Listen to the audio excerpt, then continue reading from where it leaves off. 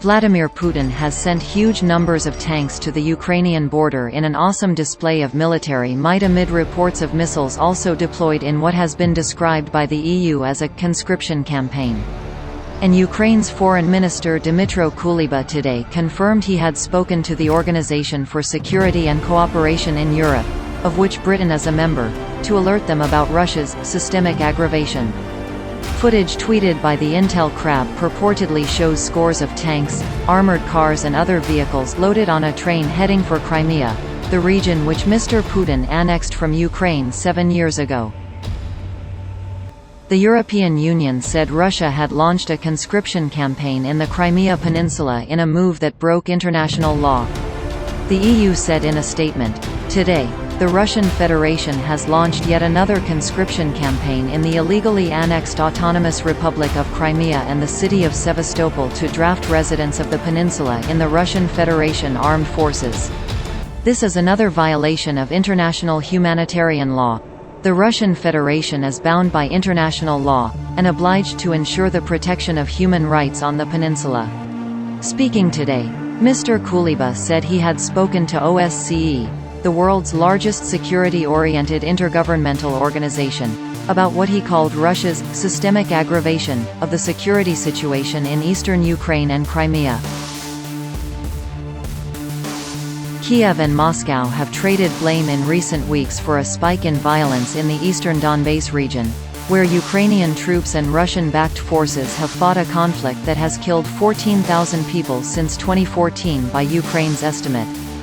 U.S. Secretary of State Antony Blinken, in a phone call with Mr. Kuleba yesterday, affirmed Washington's support for Ukraine's territorial integrity, in the face of Russia's ongoing aggression, the State Department said in a statement.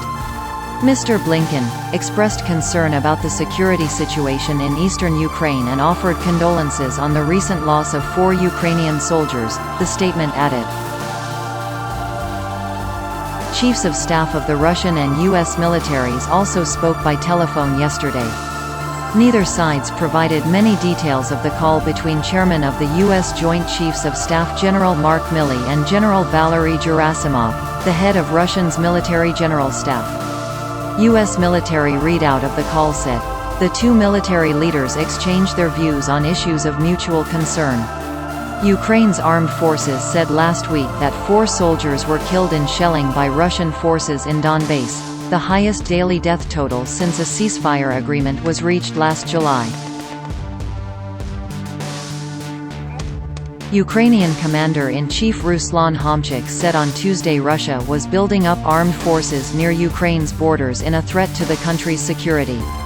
The Kremlin said on Wednesday it was concerned by mounting tensions in eastern Ukraine and that it feared Kiev's government forces could do something to restart a conflict with pro-Russian separatists. Meanwhile, Canada, which has 200 troops stationed in Ukraine, is concerned about a Russian buildup of forces near the war-torn east of the country and is watching the crisis closely, a senior source directly familiar with the matter said on Wednesday.